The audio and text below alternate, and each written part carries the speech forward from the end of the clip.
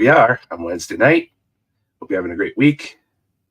Like I say every week, I always look forward to being able to hang out with you for a few minutes on Wednesday night. We're going to keep tonight a little bit shorter.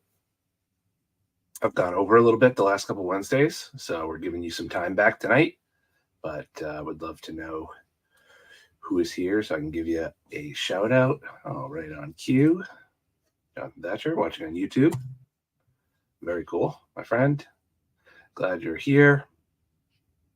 I appreciate the rewatchers too. It's a little bit tougher to comment during the rewatch, but it's still important that we get scripture and community midweek. So that's why we do this. All right. So thought we would. Hey, Chrissy. If you're feeling better and resting up still. Chrissy doesn't do a lot of resting in her normal life. So good to take a pause, get some rest for the last week or so. So yeah, I think I'm going to jump right in tonight. So first of all, you know what's coming, a list. Yeah, this is people who had a really bad day. Of all the places to park, you had to park underneath the deck that was coming down. Very sad. Very sad for the car. Yeah, you don't want to mix up your toothpaste and your icy hot cream. Tongue still numb.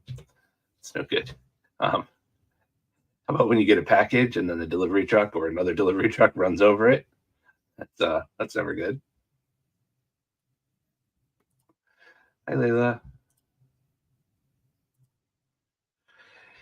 Yeah, deliveries can be tough. Oh, this looks terrible. Trapped in a porta potty. That is a literal nightmare, figuratively and literally a nightmare for me, and I feel like a lot of other people.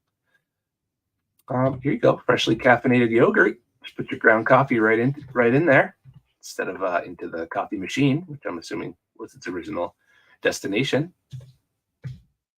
There's a local place in Haverhill that sells ice cream called Carter's, and they do mocha chip with coffee grounds, and it's really good. So I apologize to anybody who's listening that is not within driving distance of Haverhill, but it's amazing. Carter's ice cream, shout out.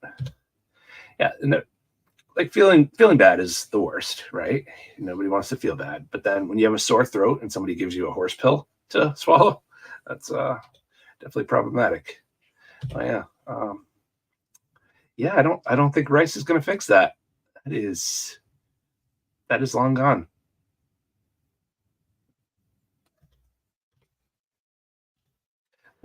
In an empty interview room for 2 hours. That's not great.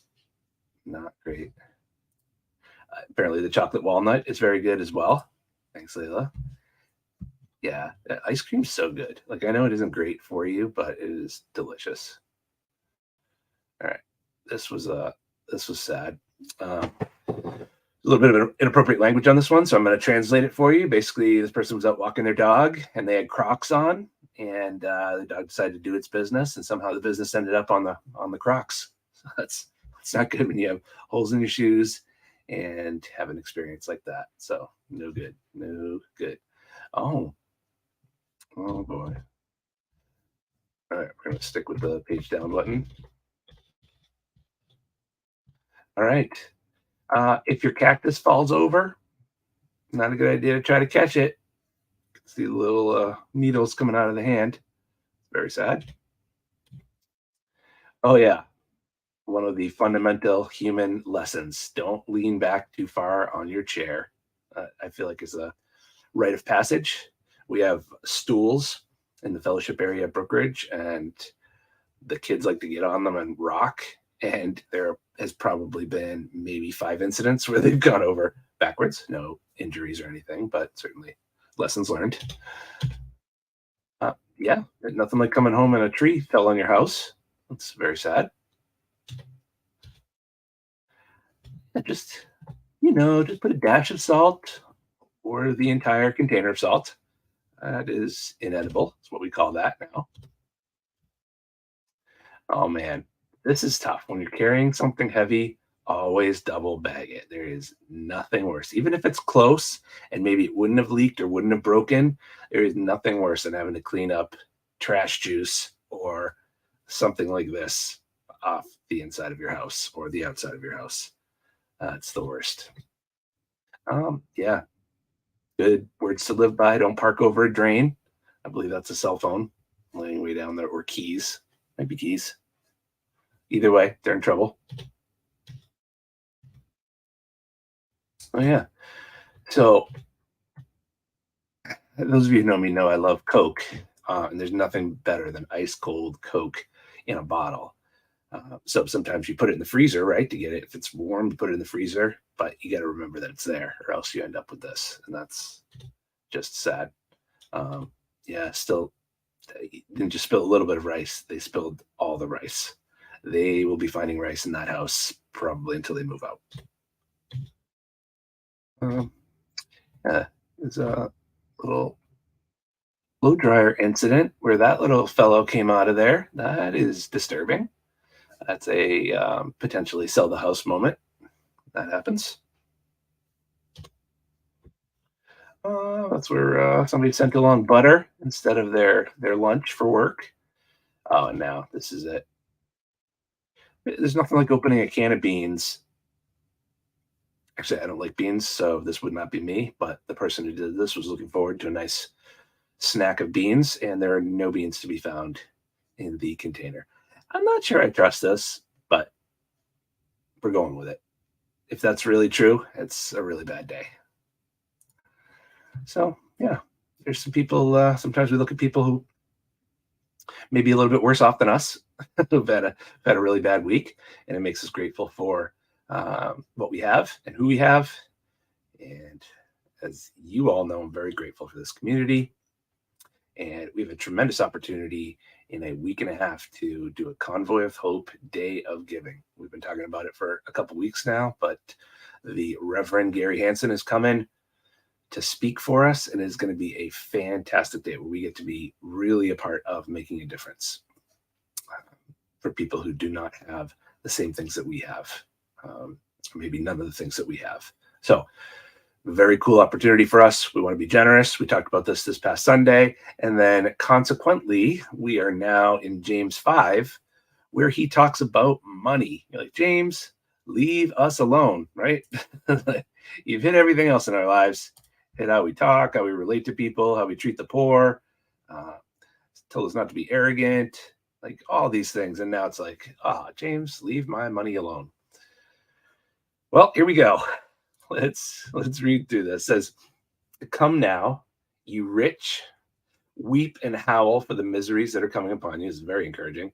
Your riches have rotted, your garments are moth-eaten, your gold and your silver have corroded, and their corrosion will be evidence against you and will eat your flesh like fire. You've laid up treasure in the last days. Behold, the wage of the laborers who mowed your fields, which you kept back by fraud, are crying out against you. The cries of the harvesters have reached the ears of the Lord of hosts. You have lived on the earth in luxury and self-indulgence. You have fattened your hearts in a day of slaughter. That's a lot. The book of James as a whole has been a lot. It's been tough, right? You call this adulterous, call this demonic. Today and the next week might be the pinnacle of toughness. He says, come now, you rich, weep and howl for the miseries that are coming upon you. He says, your riches are corroded and there'll be evidence against you. They'll eat your flesh like fire. So James is coming at us. I don't know if you felt that over this series, but James has been tough. Perhaps we should do a series on kittens next to balance things out. But for now, we're going to finish out James. As we jump in today, there's something we got to know. He talks about the rich and gives a scathing assessment of the rich. We have to realize that James is not being unique here. This isn't James grinding some personal axe against a few rich people he knows. As a matter of fact, in this text, almost every word James says is a quote from somewhere else in the Bible. James is fully biblical in this text.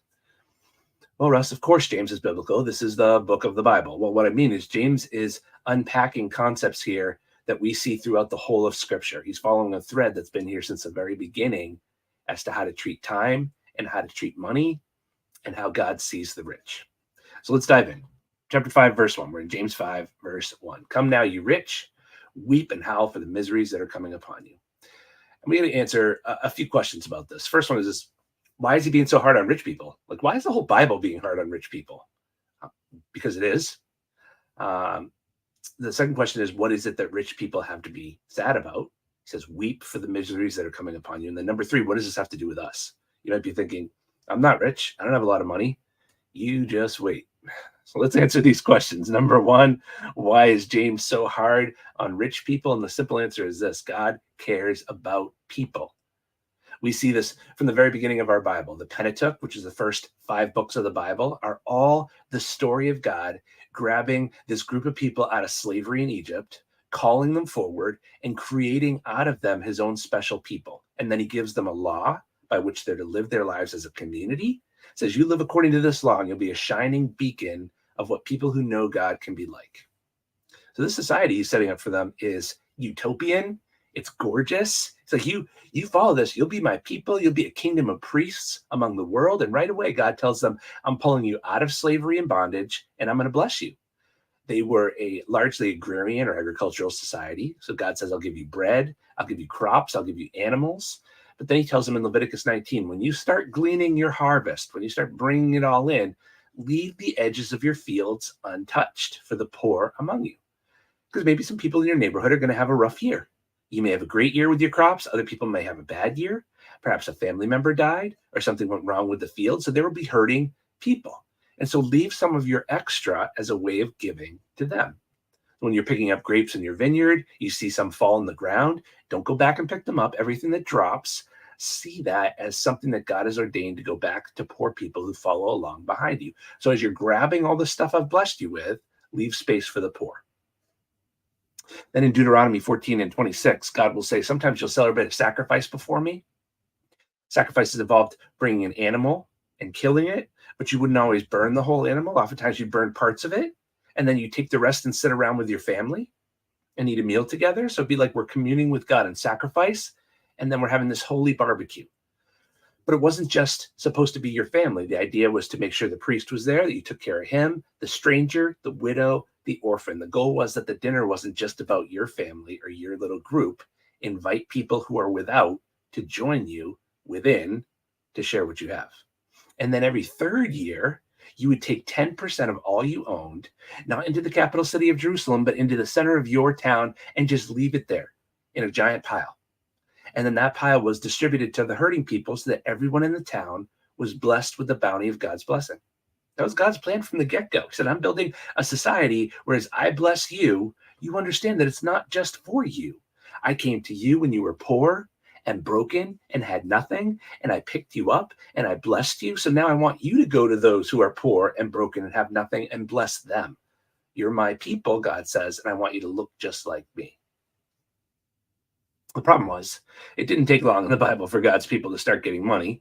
And as soon as they had a good year money-wise, they go, well, these are my crops. This is my house, my money. So by the time we get to the wisdom literature and Proverbs, you see people who are wealthy landowners who would buy up land on sale from owners who were struggling and then make those owners day laborers who would work for them all day. And sometimes they'd be like, I'll pay you later or maybe never. So you had people who started accumulating wealth but didn't want to share it. And it becomes such a problem that in the book of Proverbs, to be called the rich was almost synonymous with being wicked, because rich Israelites were people who hoarded money and wouldn't share with people. And then we get to the time of the prophets, and the prophets are ticked, and they start coming at the people. Like Zechariah said, thus saith the Lord, dispense justice, practice kindness, compassion, each to his brother. Do not oppress the widow, the orphan, the stranger, the poor. Do not devise evil against your brothers, but you refuse to pay attention and turned a stubborn shoulder and stopped your ears from hearing and made your hearts like flint. In the Bible, that means you hardened your heart. The prophet Amos was sent by God to pronounce judgment and say, hey, what you're doing here is wrong. There are people in town saying, when will the new moon be over so we can sow grain, and the Sabbath so that we can open the wheat market? He was saying your love of money has gotten so bad that you're not only dissing other people, but when you come to religious observances like the Sabbath and the new moon, which are days to celebrate God, you're watching the clock, wanting it to be over so you can open the markets and make more money. Amos is like, you people have become so selfish, you only care about money. By the end of the time of the prophets, they're like, because you've done that, I wanted you to use money to bless people, and you have persistently and consistently not done it. And all the prophets, almost to a one, say, "You've hardened your hearts. Therefore, great wrath is coming from the Lord of hosts." Amos gets more specific. He says, "You turned away the poor. God's going to darken the sun and the moon. You get ready because God's coming, and He's not happy." The consistent message throughout, though, was you weren't okay with the poor. God loves the poor. So when He comes back and you're not taking care of them, He's upset because you don't value what He values. So judgment is coming. So the prophet said, God cares about people, and the more money you got, the less you cared about people. Watch out, because pain is coming. And that's why James says, weep and howl. Literally, the word howl means cry out loud. He says, I want you to cry, rich people, and not just cry like a couple of tears. I want you to cry with noise, which leads to our second question. Why are rich people supposed to weep? James says, because of the miseries that are coming upon you, because judgment is coming for you rich people. And notice when he says miseries are coming, it's not you're going to have a bad year of crops or what goes around comes around. He said your wealth will be evidence against you in these last days. You fattened your hearts in a day of slaughter. He's talking about a day of judgment when God comes home. He's quoting Isaiah 13, wail for the day of the Lord is near. He's saying you've lived in a way that has not pleased God. So when God comes home, he's not going to be, he's going to be mad. So James says, start crying now, because when God shows up, you're so out of bounds, you are going to cry. They have reason to cry. Verse 2, your riches have rotted, your garments are moth-eaten, your gold and silver have corroded. James says, your possessions don't last. The stuff you've built is not stuff that endures. He says, don't just cry. He goes on. It's not just that they build stuff that doesn't endure. Don't just cry because your stuff isn't eternal. He says, he goes further than stuff corroded, and he says, and their corrosion will be evidence against you. You will eat your flesh like fire. The problem is you hoarded all this stuff, and it's rotting, and it'll be evidence against you. So there's going to be a day when you're on trial, and Exhibit A is all your rotting stuff. So there's this picture of you on trial, and your piles of stuff will condemn you. And then he says, why? You've laid up treasure in the last days. Why should rich people be crying? Why should they wail? Why should they be afraid of the day that God comes back? He says, because you've laid up treasure, you've hoarded your money in the last days. Now, we talked about this a little bit on Sunday. Is God anti-savings? No. We're told in the book of Proverbs, look to the ant, thou sluggard, who gathers up for the winter. You should save. But there's a big difference between saving and planning and hoarding your wealth. And James says you've hoarded it up, and it's all rotting. The problem with you doing this is that God gave you stuff so you could help people. God says, I care about people. So if you hit these last days and I'm looking around and there are people who are without you, or people who are without, but you have this big pile of stuff because you didn't play the game right, you've hoarded in the last days. God's mad because they've used time wrong. Several years ago in the NBA Finals, one of the members of the Cleveland Cavaliers dribbled out the clock thinking his team was ahead, and he wasted a chance to win. And James says, you should have been playing the game differently because these are the last days. And what does he mean by that? Well, where we are right now are the last days in the what's called the eschatological calendar. It means God has a layout of history. He has a timeline. So God created us. Humanity fell. God promised in the garden, I'm sending a rescuer. Then Jesus came, soft and gentle, came as a shepherd to take away sin and offer life. Then Jesus said, I'm coming back again. And when I come back again, it's not the gentle hand coming, it's judgment. So you get ready. He told his people, I'm coming back like a judge, and I want to see that you've done what I value. I want to see this place looking what I intended it to look like. I gave you all this money. You're supposed to spend it on people because that's who I care about. But you piled it up. Then the clock ran out. You should have been spending it on people right up until the day the clock ran out. And here's the bigger problem in verse 4. James says, you're devaluing people. He says, the wages of the laborers who mowed your fields, which you kept back by fraud, are crying out against you. He says, the problem with you and your money is the more you love money, the less you love people. That's your problem. The issue with riches is that when you hoard money, you make life all about you, when God says, I want you to be all about them. There's a famous statement that Rousseau wrote about in 1770, a story of a French princess who, upon hearing that the poor were starving, she was told they have no bread. And she said, well, let them eat cake. Some people think it was just her absolute obliviousness, like, "Aw, they're out of bread, give them some pastries." Like, wow, right? That's not really the point. You're that disconnected from the suffering in the world. Others think she meant cake like the residue in the oven after all the bread is cooked. So maybe it wasn't complete ignorance, it was indifference. She's like, let them eat the crusts, I don't care. Either way gives you the same effect, which is here's a person who had luxury and they didn't care about other people. And God says, this is the pattern. The more money you get, the less you care about other people. And I have a problem with that, which incidentally, just to make us all really uncomfortable, this reality in James is true for us today. Studies show year over year that the poorest states in the United States are the top giving states. And conversely, the top 10 richest states rarely ever crack the top 50% in giving. So among the wealthiest Americans, those who make over $200,000 a year, the top givers historically give 1.1% of their income to charity. And the income, the average is actually 0.7%. 0.7%. So God calls us to be generous. The early standard was 10%. And then in the New Testament, they gave even more than that. What's happening in our country? States that have more and more money want to share less and less. And God says, yeah, it's been playing out like that since the beginning. And I really, really hate that. So this gets better, but it doesn't get better until next week. So we're going to talk about it a little bit more next week. I didn't want to overwhelm you with James talking about rich people and money all in one night. I figured I'd give you something to look forward to for next Wednesday. So excited about that. Excited to finish out this passage in James. So I hope you all have a fantastic rest of your week. We're starting our Exodus series on Sunday. So I'm excited about that. You who are tracking with Brookridge. Yeah, would love for you to share out our Wednesday nights and share out our Sunday mornings. If you feel comfortable with that, and if you want people that are around you to know what's important in your life, a lot of times we can do that really simply by just hitting the share button on Facebook. So that's what I try to do. And I don't want to overwhelm the people that are my friends, but they know I'm a pastor, and so they've come to expect, I think, the stuff that we post. We post a lot of things, and we share a lot of other things. So why don't we share some of the good things that God's doing at Brookridge?